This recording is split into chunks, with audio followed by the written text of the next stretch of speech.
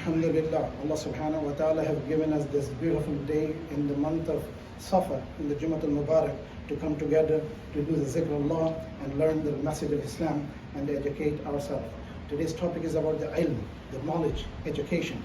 There are few topics of this matter because of what the state of New Jersey have implemented educational matter. So certain words may not be comfortable, but this is the knowledge Islam teaches and we should be aware of it. I recited the words from Surah Alaq. This is the first revelation came to Nabi alayhi salatu wa salam. Allah subhanahu wa ta'ala says, Iqra bi'ismi rabbika alladhi khalaq. Recite in the name of your Lord, the one who created. Khalaq al-insana min alaq. Created mankind from the embryo. Iqra khalaq al-insana min alaq. Wa iqra wa rabbuka al-akram. And read and recite in the name of your Lord, the who is kind and merciful. Alladhi allama bil qalam. The who taught from the pen. Allama al-insana ma lam yalam. And taught the mankind what he knew not. And also in the Quran, Allah subhanahu wa ta'ala said, وَعَلَّمَ عَدَمَ الْأَسْمَاءَ كُلَّهَا ثُمَّ عَرَضَهُمْ عَلَى الْمَلَائِكَةِ فَقَالَ أَنبِئُونِي بِأَسْمَاءِ هَؤُلَاءِ إِن كُنتُمْ صَادِقِينَ قَالُوا سُبْحَانَكَ لَا عِلْمَ لَنَا إِلَّا مَا عَلَّمْتَنَا إِنَّكَ أَنْتَ الْعَلِيمُ الْحَكِيمُ. In Surah Baqarah, Allah subhanahu wa ta'ala says, when Allah subhanahu wa ta'ala brought the gathering of all the creation and the malaika and presented Adam alayhi salam, he says, his plan was to appoint a vicegerent on the earth to rule the planet and to manage it under the command of Allah subhanahu wa ta'ala. So when Allah subhanahu wa ta'ala gave him, Allah gave him all the knowledge what he needed and to understand. And then he presented him in front of the angels and asked them that to answer the question, and they said, we only know how much you've given us. In Surah Rahman, Allah subhanahu wa ta'ala reminds again to the mankind, Ar-Rahman, Allama al-Quran, Khalaqa al-Insan, Allamahu al-Bayan. These are the words, the merciful, the Rahman. He taught the Quran, created the mankind, and he gave him the ability to express or educate. So, Nabi alayhi salatu wa salam said, Itlub al-ilma min al-mahdi ila al-ahad, ila al-lahad. It is an Arabic call, but some people associate with Nabi alayhi salatu wa salam, that seek the knowledge from the birth, cradle till the grave. And then Prophet ﷺ said, knowledge is the lost treasure of a faithful. So wherever we get knowledge, regardless of who we are getting from, we should seek the knowledge. And another hadith which has been somewhat questioned about, itlub al-ilm wala bis-sin. Seek knowledge even if you have to go to China. From this Arabia to China was an impossible journey in those days. And we should also ask Allah subhanahu wa ta'ala, a'udhu bika min al-ilmi la yanfa. We should ask Allah subhanahu wa ta'ala to give me knowledge which will be beneficial, not the one which will not be benefit to me. And he also said that having a knowledge without understanding is like a donkey of khras. That is the person who is carrying the books. And there's a hadith in this reference that the Bani Israel took the knowledge, but they were not absorbing it and comprehending the implication of the knowledge to them. And there is also knowledge which is harmful. As Quran says, وَيَتَعَلَّمُونَ مَا يَضُرُّهُمْ وَلَا يَنْفَعُهُم. Surah Baqarah, when the two angels Harut and Marut, وَمَا أُنزِلَ عَلَى الْمَلَكَيْنِ بِبَابِلَ Harut and Marut in the city of Babel, Allah subhanahu wa ta'ala sent two angels and they were teaching the people of knowledge which was not beneficial, which was not gainful for them. So, and they learned that which was harmful to them and did not profit them. And also, there are also things which we also should know from our teaching of the Quran, because we're talking about knowledge. In Islamic concept, every single Muslim, absolutely, and all humanity should be educated. Education is the source of existence, of success in the world. And also there are the different type of knowledge that Islam teaches us. So Allah subhanahu wa ta'ala says, لَقَدْ مَنَّ اللَّهُ عَلَى الْمُؤْمِنِينَ إِذْ بَعَثَ فِيهِمْ رَسُولًا مِّنْ أَنفُسِهِمْ يَتْلُو عَلَيْهِمْ آيَاتِهِ وَيُزَكِّيهِمْ وَيُعَلِّمُهُمُ الْكِتَابَ وَالْحِكْمَةَ. So Allah subhanahu wa ta'ala is talking about when Nabi alayhi salatu wasalam was sent, he was given this particular assignment that he would educate them with the knowledge of the book and purify them, and then also give them the wisdom.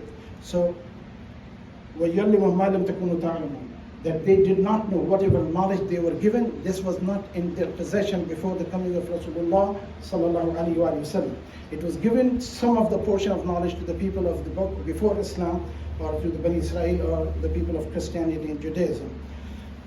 And this was the dua of Ibrahim alayhi salam, رَبَّنَا وَبَعَثْ رَسُولًا مِّنْهُمْ يَتْلُو عَلَيْهِمْ آيَاتِكَ وَيُعَلِّمُهُمُ الْكِتَابَ وَالْحِكْمَةَ. So Allah subhanahu wa ta'ala listened to the dua of Ibrahim and Ismail alayhi salam, which was made 4,000 or so years, we do not know exactly time, but that dua was answered in the form of birth of Nabi alayhi salatu wasalam in the city of Mecca. So according to the Sharia of Islam, there are 4 types of knowledge that a person has to seek. It is obligatory for every Muslim to have 4 types of knowledge. But 3 of them is obligatory. 4th is one from Allah subhanahu wa ta'ala. First is ilm al-Quran. The first thing a Muslim child should learn is the Quran. Read Quran, understand Quran, implement Quran. And this is one of the very basic information of every Muslim to. They may not know how to read and write other languages, but they have to learn to read it. Quran was the one was supposed to be a written Quran. What we have written paper is a aks. That is the original Quran in the Lawh Mahfuz. Some people, when they say they're going to burn Quran, actually in Sharia there are 3 ways to dispose the Quranic script. One is to bury in the ground, second way is to burn it, third way is to put it in the ocean. These is not to disrespect. So some people, when they burn Quran, they think Muslims are to be humiliated. Actually, they are stupid. They do not know. One cannot humiliate Quran. Quran is in the hearts of people. So ilm al-Quran is very important. Unless we read it, we will not get interest into it. Unless we understand it, we will not implement into it. Unless we implement it, we will not succeed in the life, with the way of life Allah subhanahu wa ta'ala is teaching us in the Quran. Second ilm is ilm al-mirath. That is obligatory for every Muslim to know how to write the inheritance. Hadith of al-Mu'mineen Aisha radiallahu anha, a person does good deeds all the way his life till he's about a palm breadth away from the Jannah, and he made mistake in writing his will, and then he end up in the hellfire. So this is the second ilm, which is first on Muslim. The third fard, obligatory knowledge which Muslim have to seek, is called ilm al-iktisab. The knowledge wherewith a person may learn how to earn a halal income and how to manage his or her financial affairs. Ilm al-iktisabi is that what somebody wants to go to engineering school or college or doctor or whatever he wants to become. So he would or she would know how to make halal income. Islam is the only faith in the history of known mankind where they established the institution in Baghdad and Basra, and today in Qahira we see one university, the oldest university existing. University is Jamia. Jamia is a collection of Kulliya. Kulliya is the college. The English took the word from Kulliya to the college, and university, the Jamia, is the collection of all the colleges. And that's what became the Jamia, the university. And today that is the university which was established by Fatimiyyin, who, when they came to Qahira, the city's name was Fastas. Then they turned it into Qahira. There's a lot of detailed history about it, but that is the oldest university today existing on this earth, which is known. There are one in Baghdad and Basra. They have still not been identified, but there have been a lot of scholarship came from that. And Muslims were at one time with the leading people, and when still today, if you get admission in Jamia al-Azhar, if you go to the admission and you want to become a doctor, they make sure that you memorize Surah Baqarah and Al-Imran by the time you graduate, so that you know how to implement, because these 2 surahs implement Islamic Sharia. So a Muslim doctor knows how to implement, an engineer knows how to understand the Quran. So this is the example of Islam. In Islam, the siyasa and the imam are not separated. If it's Islamic country, the governor and the mayor and the township person, whoever is assigned by the government, is supposed to lead the salah. Today we have the siyasa is different than the imam masjid. They have split in it. This is why there's so much discontinuation. It's not the time to discuss that.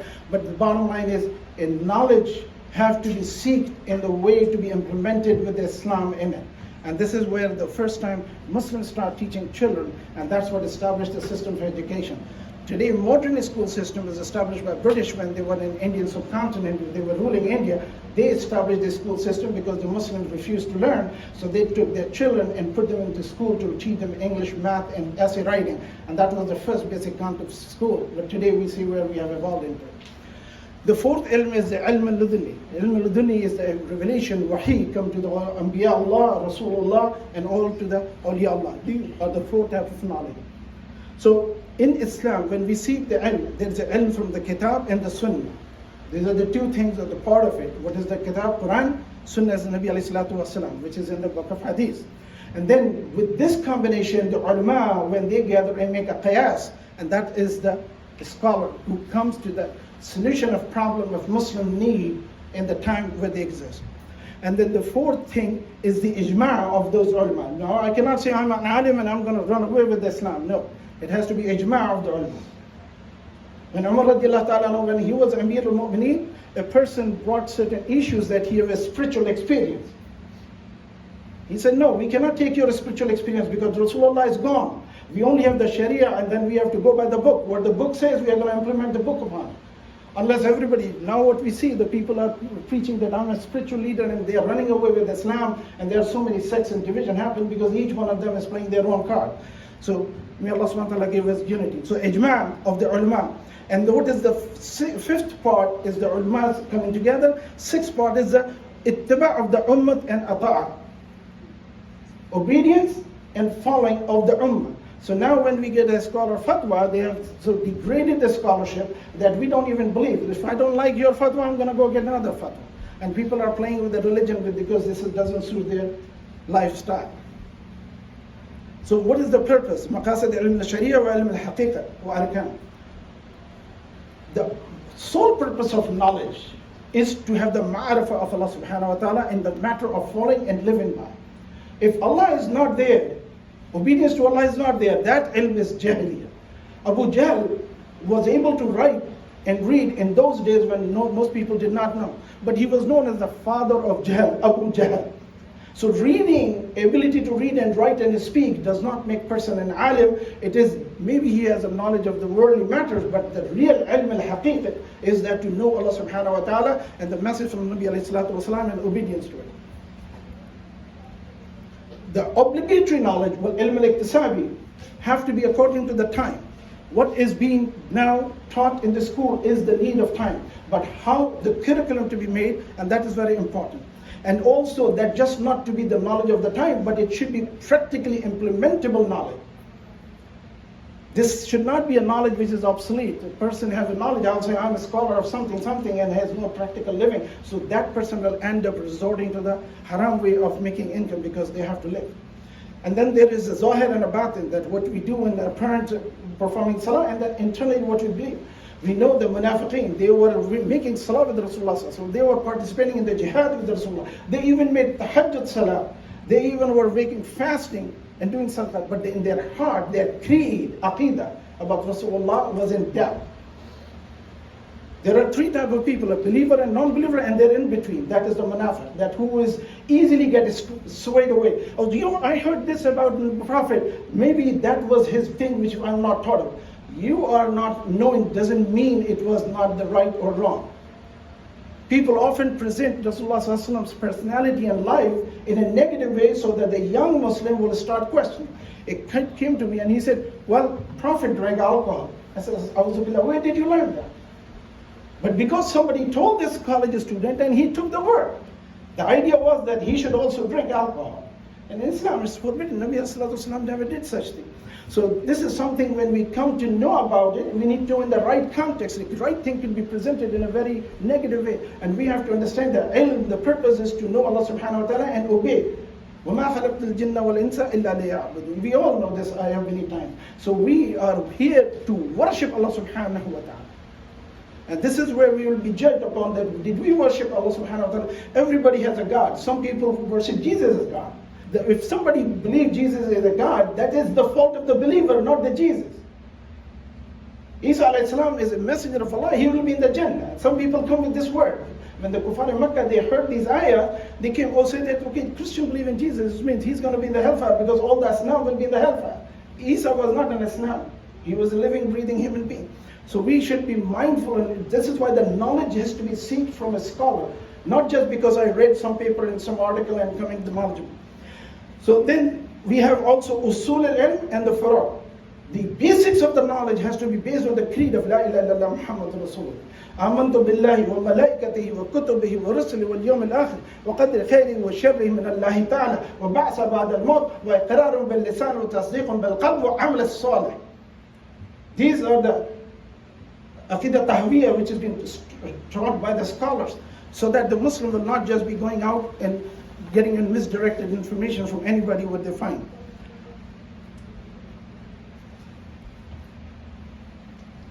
Maulana Rum has given a very good example how the life of a person should be.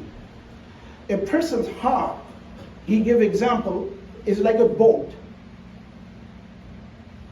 What is the best friend of a boat and what's the worst enemy of a boat?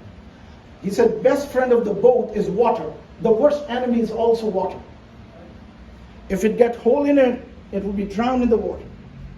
As long as it has the water outside the boat, it will sail and get you to the destination. Life is an uncharted destination which we are moving along. So world is like an ocean. And we are the boat, our heart is a boat. As long as we keep the world out of the body and matter, deal with it as it is supposed to be, not to bring world into our heart and become indulged into the worldly life and forget the message of Allah subhanahu wa ta'ala. In the life of a person of faith, failure or hopelessness or despair is not an option. And difference of opinion bring the blessing to the ummah. And these are the few things of word of wisdom which we understand. Knowledge and ilm become lost or dies out if it is preserved and not shared. It grows when it is being shared, because then people are not getting know about the fact and the truth. So it is obligation for us to share with the knowledge. وَتَوَاصَوْا بِالْحَقِّ وَتَوَاصَوْا بِالصَّبْرِ. We all have to advise each other of the goodness and also be patient. We often find that we tell person something and that person is not ready to absorb. Ali radiallahu anhu said, when you speak to a person, you speak to the level of the person. If you speak to the level beyond that person's capacity, you will end up losing a friend and gaining an enemy. So we should also know what we talk, where we talk, how we talk. It is very important that we want to convey the message. When we have a child, how we treat with a little child compared to a teenage child and a grown-up adult. And if we start teaching a kindergarten or second grader a PhD level of knowledge, they will not get the knowledge. We will end up having a lost child, what we have done with this. So there is a knowledge, have a reason and the place to be. So there is a law, it's been implemented now in New Jersey, and I got this thing from the ICNA. I often am not in favor of ICNA because I have a lot of criticism on their activities, yet they did this beautiful job. May Allah bless the brothers and sisters who are working with them. This is the topic about the sex education in New Jersey, parents' choice. This is what my topic of knowledge was. All I did this tamheed is to explain what knowledge has a place in Islam. And they are implementing these are the laws. This is going to be starting from your kids who have been, the younger people, our kids are grown up. And I don't have any grandchildren, but those who have children and their grandchildren, from the grade 2 to grade 5, and grade 5 to grade 8, and grade 8 to grade 12, they will be teaching certain knowledge of transgender and all that. There's too much about it. I have done in last Jummah the detail. If you want to listen, you can go to my YouTube thing and you can listen to that details. Every single detail is being explained here. A child of 2 years old is going to be taught about sex education or gender identity or gender thing. This is really not the age they are capable of learning. So I wish, and I think every one of Muslim, because these children are going to be our children, and our children are our future. If they do not know, and if we don't make ourselves actively involved in understanding and teaching about this matter, our children are going to be the loser, because we are going to be having no future. That's why we have this Islamic center and these places are established. Even though we are not active and we are not in seeking knowledge, we should come here because that will bring our children to those centers. Even though there's a little participation we can do, we should do, because we do not know. There are some people who are not very good, some people we don't like, some people we despise because personalities are different. But we should always attach ourselves and our families to this institution of Islamic center, because we don't have Islamic big center system. So this is a centralized Islamic knowledge, education, and scholarship. But when we as educated people, as a member of the community will come here, it will benefit. For example, if there's a person I don't get along with, very beautiful wisdom, word of wisdom from Ali radiallahu anhu. Do not think a dirty water is not useful. He says, if nothing can be done with that dirty water, at least you can put out fire. So the water is important. What Maulana Rum said, that live in the world like a boat on an ocean, but do not let the ocean come into the boat, because that will drown. So let the world be outside and my heart is preserved for Allah subhanahu wa ta'ala. When I do anything, I should do my own ihtisab. That's why we don't have a priest. We don't go for confession. We confession with Allah subhanahu wa ta'ala that every night when I go to bed, I should think for a moment, what did I earn? What did I gain? What did I lose? Did I obey my Allah? Did I follow the sunnah of Rasulullah? Did I try to implement any of the sunnah in my life which was hard for me to do? And all those things, do self-assessment and imagine the light is off and you're laying on the floor. Think we are in our grave. There's nobody help. You cannot talk to anybody. Nobody can come to help. Nobody can hear you. and nobody can correct your past history. So we should every night go, as Nabi ﷺ said in the Quran says, every night when you go to bed, it is the death. In the morning when we come back, we are alive again. We are brought back into the life. So the point is that when our children are taught certain knowledge which they are not ready to, in my personal opinion also, I agree with it, and everybody is free for their opinion. ICNA has, on their website, have this form. So if you want your child not to have certain classes in their level of education, sign and make a copy, keep it with you, and give a copy to the school administration, so there will be a record that your child was requested not to be taught, because 2 years old, 3 years old, sixth graders, first grader is 6, 7 years age, second grader is 8 years age, 9, 10, 11, 12. And most of the children, when they're being educated, yes, they need to be educated. Obviously, all the knowledge is a part of human knowledge, but there is a time for every knowledge. There's a place for every knowledge. Obviously, it is sometimes very difficult for parents to sit down with a child and talk to them about their sex orientation and whatnot. Reality is, sex is only 2 to 3% of human life. If we count the whole age, 64 years age, what's average of 65? Sex is less than 2% actually. But this also is a very important part of human existence. And at certain age we come into this awareness, and at certain age we are not capable to do it. Yet we are doing the sin in other forms. And we as a Muslim community come together and be part of the system so that we can educate and we can be part of giving a positive information into the system. And I'm sure that when anything are implemented by the government level in the country, it is being studied and research are done, and that's when they're introduced. But religion gives us a moral. Every religion gives a moral and principles of life. Inna ad-deena inda Allahi al-Islam. The way of life is with Allah subhanahu wa ta'ala is Islam. Submission to the will of Allah subhanahu wa ta'ala. I may not like it. Many times when certain things come, if we have to do interest transaction, we don't like the non-interest transaction because it's expensive. I've seen brothers who said, no, even though it is expensive for me, but I'm going to do it because my belief is hereafter I have to be answering to Allah subhanahu wa ta'ala. بِحَرِّ مِنَ اللَّهِ وَرَسُولِهِ. Who take the interest earning, he has to be ready for war with Allah and His Messenger. So we have to be very aware of it. And many times these feelings turn into anger. And anger is an expression of an extreme desire to do good. But when such desire turn into revenge and savagery and revengeful feeling with intention to hurt others, with the possess and take over human mind, turn human reasoning into revenge and jealousy, then that is the state of sick mind which consumes the enviousness and revengeful mind. Then the good turn into evil, or good turn into bad, right become wrong. And this is where we should not be angry, but we should be wise. We should not be reactionary, we should be proactive. And this is how Islam teaches us to be civilized and educated. With this, there are many things which we see that Allah subhanahu wa ta'ala created mankind with a mercy and kindness. Allah is merciful and kind, but there will be things coming from the whispering of shaitan that we need to do certain things and we should not do certain things. And we know that the shaitan never did anything wrong except one, disobedience. Aba wastakbara wa kana min al-kafir. He denied and did the kibr. He thought, I'm better than khalaqtu min narin wa khalaqtahu min tin. You created me with the fire and created me with the dirt. And this was the arrogance. One disobedience brought him to the state of shaitan. And how many times when we are called hayya ala salah, hayya ala falah, and we say, I have a better thing to do. I'm not coming to the salah and I'm not coming to the falah. And this is where we have a burden upon ourselves.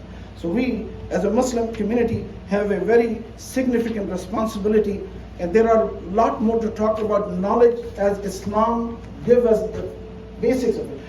When we are seeking ilm al-iktisabi, like when we want to become a physician or an engineer or scientist or whatever, we spend so much hard work. We do 12 years of college, 12 years of high school, 4 years of college, then professional school, then internship, and all that is struggle. For what? For what? At the end of the day, in the grave, we only go over the one kafan and our amal. All the wealth which we earn, if it is not righteously spent, That's going to be left for somebody else, but accountability will be in our account. The question will be asked, how did you earn and how you spend it? So many times we see a person who is physically, does not look rich and famous and all that, but we think that person is really stupid and dumb. He did not avail the opportunity in the land of opportunity where we came with the intention to get rich. I didn't come to America to become a Muslim. I came to America because I had an immigration card with me and I was seeking knowledge and I thought it would be a better life to live. Alhamdulillah, every one of us came. Those who are billionaire, they are robbing country back home. They got all the property, they don't come here, they invest here. So we should understand the reality of life. Alhamdulillah, Allah subhanahu wa ta'ala had a plan and we had a plan. I think my life, I had a plan. I wanted to come to America. So I want to become a better person, or better life, or better income and education. But Allah subhanahu wa ta'ala turned me into this person who is standing here and speaking about Allah. Then when I used to be in my country and I was young and I would hear the adhan and walk away from the adhan as this is the call for the ulama. It's not for me. And this has happened to me personally. So we ignore, this is the opportunity for us to establish the deen in our lives and in our community and make sure we bring our children, even though this is not possible at many times. We need to come with the creative ideas, how to attract the youth. They don't want to listen for 40 minutes sitting, somebody's shouting and screaming on the top of Islam, haram and halal. They want to come and the wisdom is to be applied. What is going to bring them in and to keep them in the straight path?